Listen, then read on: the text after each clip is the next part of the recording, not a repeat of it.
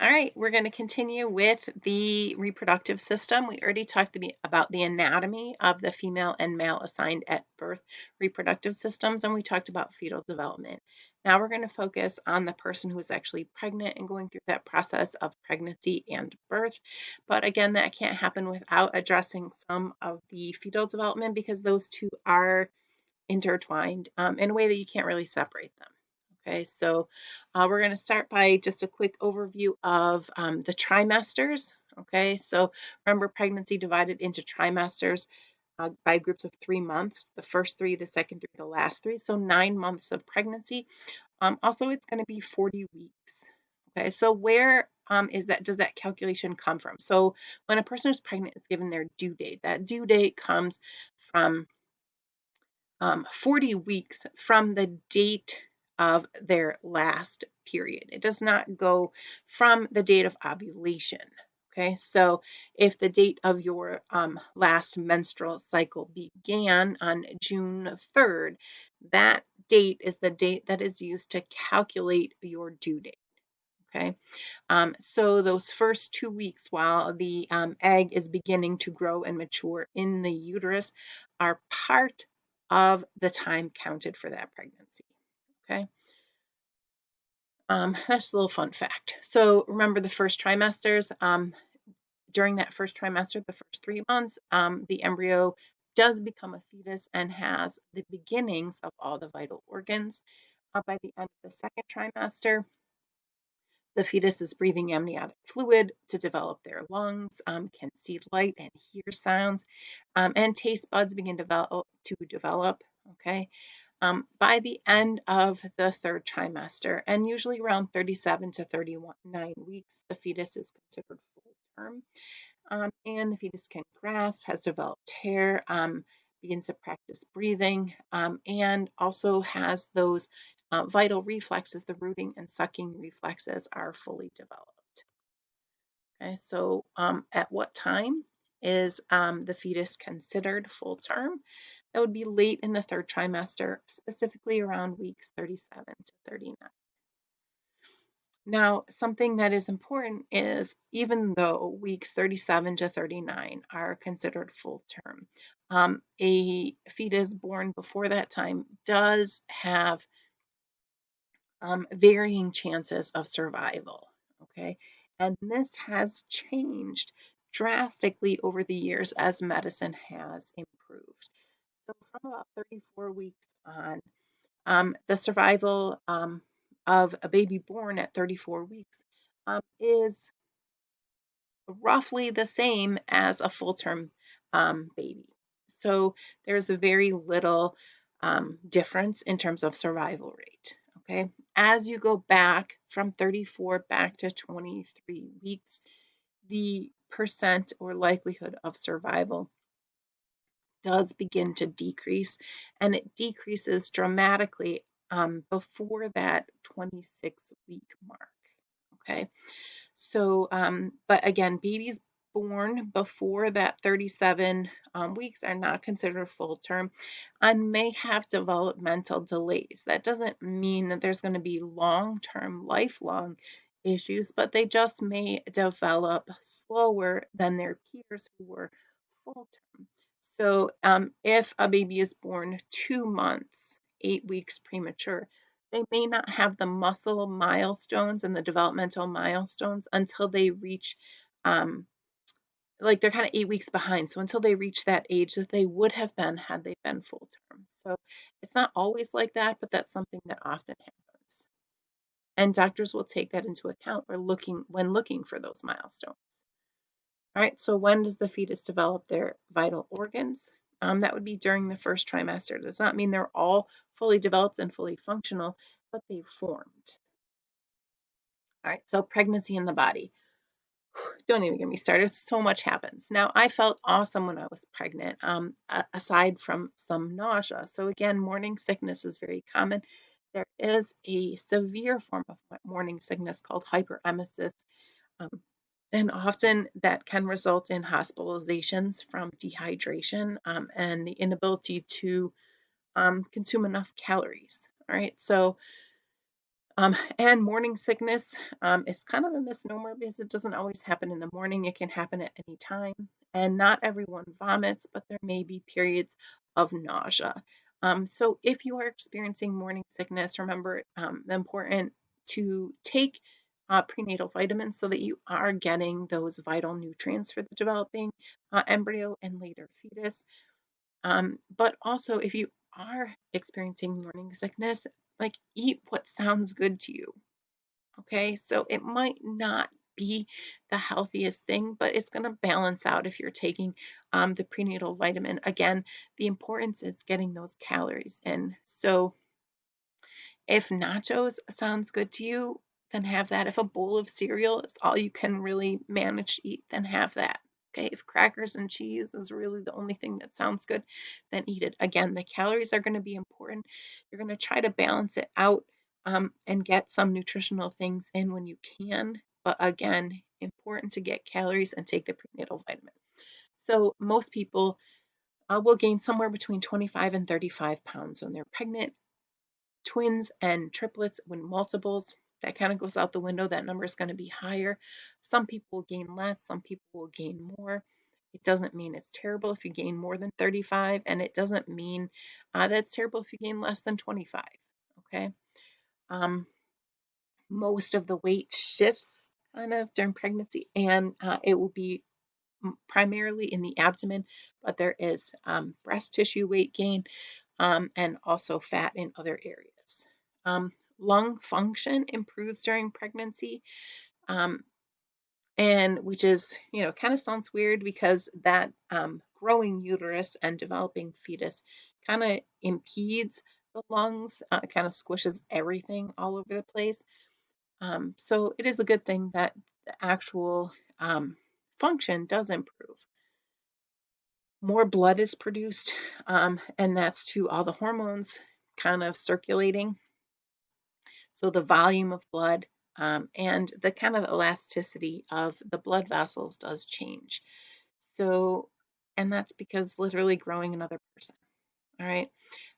Pregnancy causes a hormone called relaxin to be released, and it's responsible for making ligaments and tissues more elastic. Why would you want to do that? So the pelvic bones, which remember are fused at that pubic symphysis, that they will kind of stretch um, somewhat to allow the birth of the baby.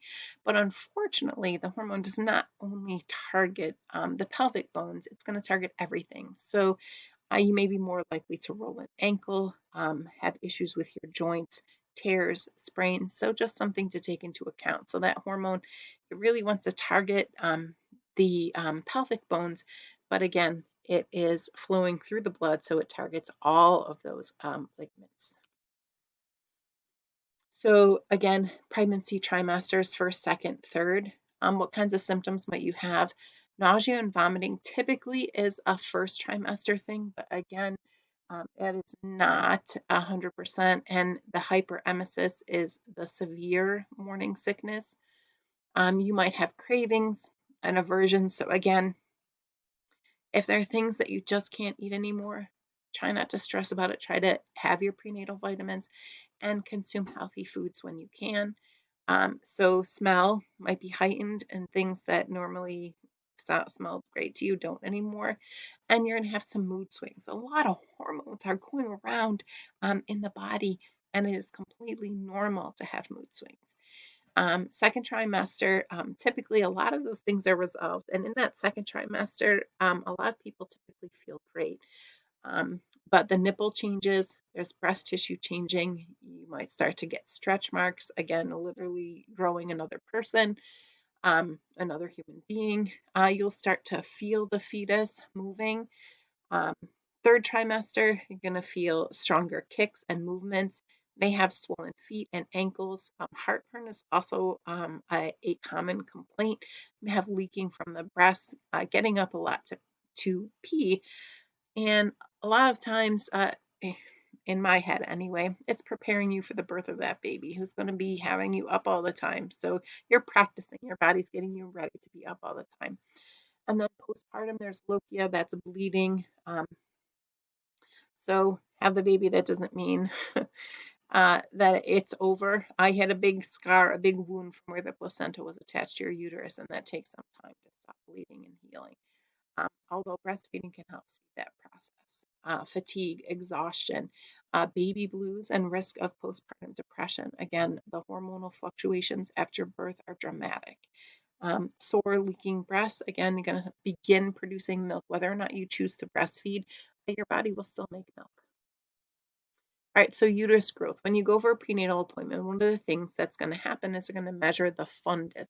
That's the top of the uterus. And that is to kind of judge the size of the developing fetus. Okay, so at 40 weeks, they're going to measure from the pubic symphysis, from that where those pubic bones are fused, to where the practitioner can feel that top or fundus of your uterus. Okay. Now you can see how at one point you can see those dotted lines, how it kind of widens a little bit. There is a moment when the fetus drops, and that tends to be in preparation for delivery and kind of moves lower, okay, getting ready to move through the birth canal. All right, so breast changes. First one you can see is not pregnant. There are still mammary glands that are present. They're just not active. When pregnant, you can see what happens to the size of breast tissue. It enlarges. When lactating, especially in the beginning, the breast tissue enlarges to a great extent, producing the first milk is called colostrum, and then continuing to produce milk while breastfeeding. Breastfeeding is like a supply and demand kind of thing. So the more that a baby nurses, the more milk your body will produce. So there will be time periods when a baby will kind of cluster nurse, and that's typically when they're having a growth spurt, and the body's response to that is produce more milk. So once the body starts making more milk to satisfy the baby's needs, those cluster feedings stop. All right, something that's interesting is mammary glands are modified apocrine glands. Remember, those are like the ape-like ones that kind of smell. And why do they smell? Because they produce fat and protein. So these glands also want to produce not sweat, that's literally just salty kind of water, sort of. So I want nutritional value, so they're modified apocrine glands. And these breast changes occur due to estrogen.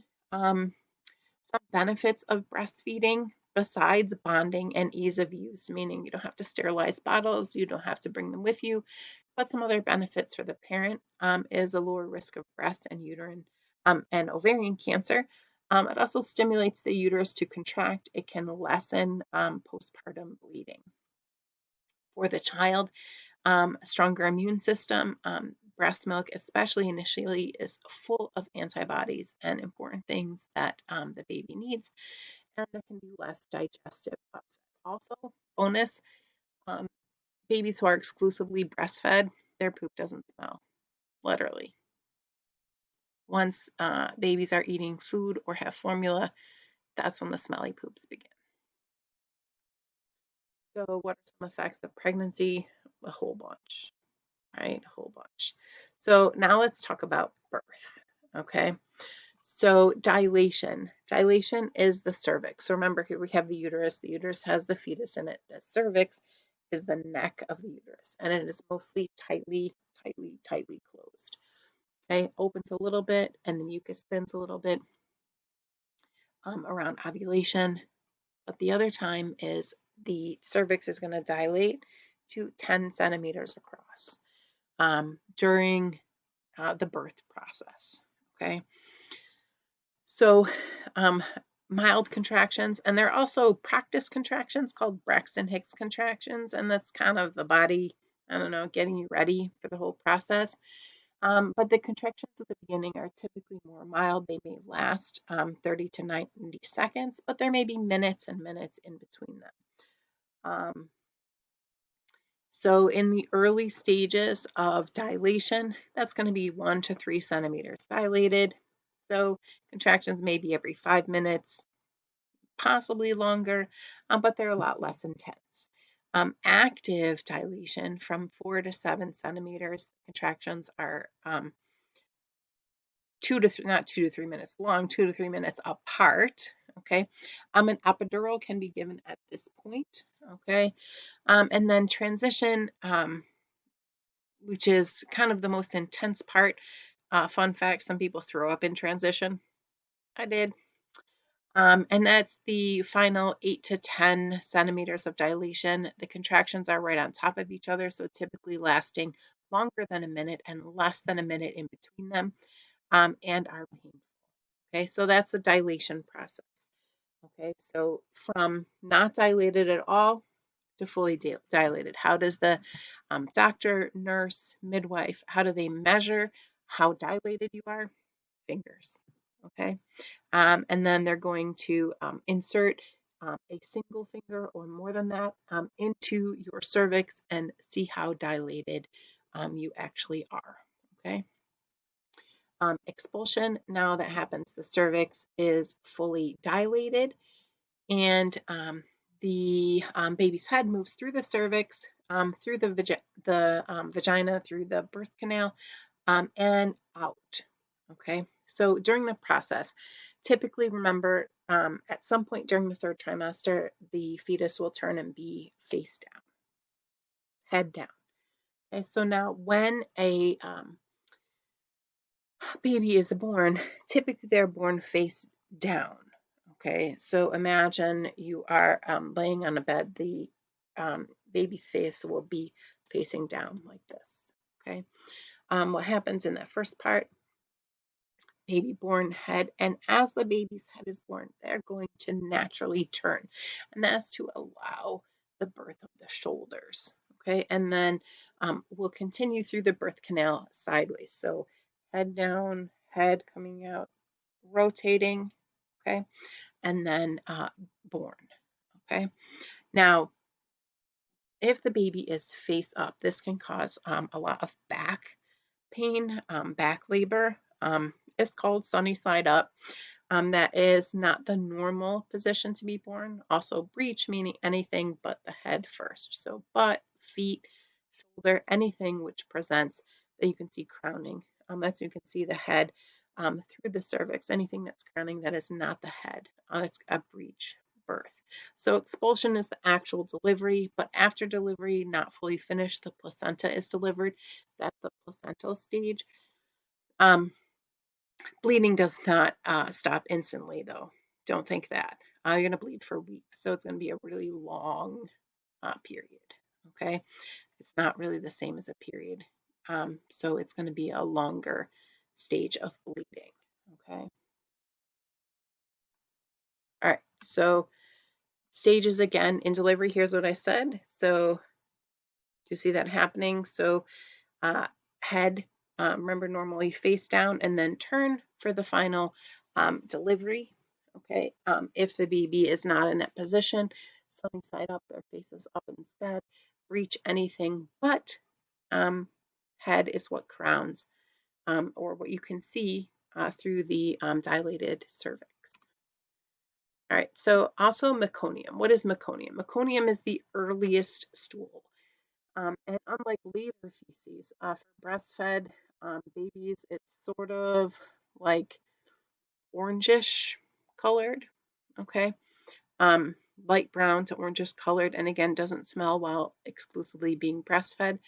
But meconium is materials that were ingested while the fetus was in utero. So it could have epithelial cells, and it could have some of that lanugo, that hair, it could have mucus, amniotic fluid, bile, water. Okay? And if that first bowel movement, that first stool, if it is eliminated from the fetus before delivery, it mixes with amniotic fluid, and it can be breathed in during the process of birth. Okay, so that just needs to get suctioned out just to make sure that there isn't going to be an infection or obstruction for the fetus, then the baby. So what is the last stage of labor? That would be the placental stage, where the placenta is delivered. And whoever is helping you in the delivery room is going to check the placenta to make sure that it is fully delivered, because if a piece of the placenta remains attached, It can cause a severe infection and can result in death of the mother. It can also impede milk from coming in, which is going to affect the baby's nutrition as well. So what a newborn might look like. So vernix is creamy and white. It protects the skin while in utero. Remember, the fetus is inside fluid. And then lanugo, which you can see on this newborn here, it's some hair can be everywhere, okay, except typically palms, lips, and soles. And many times babies are not born still with lanugo, but can be. And this will usually just fall off. Here's the vernix. You can see that creamy white substance. That is natural skin protectant while in the uterus.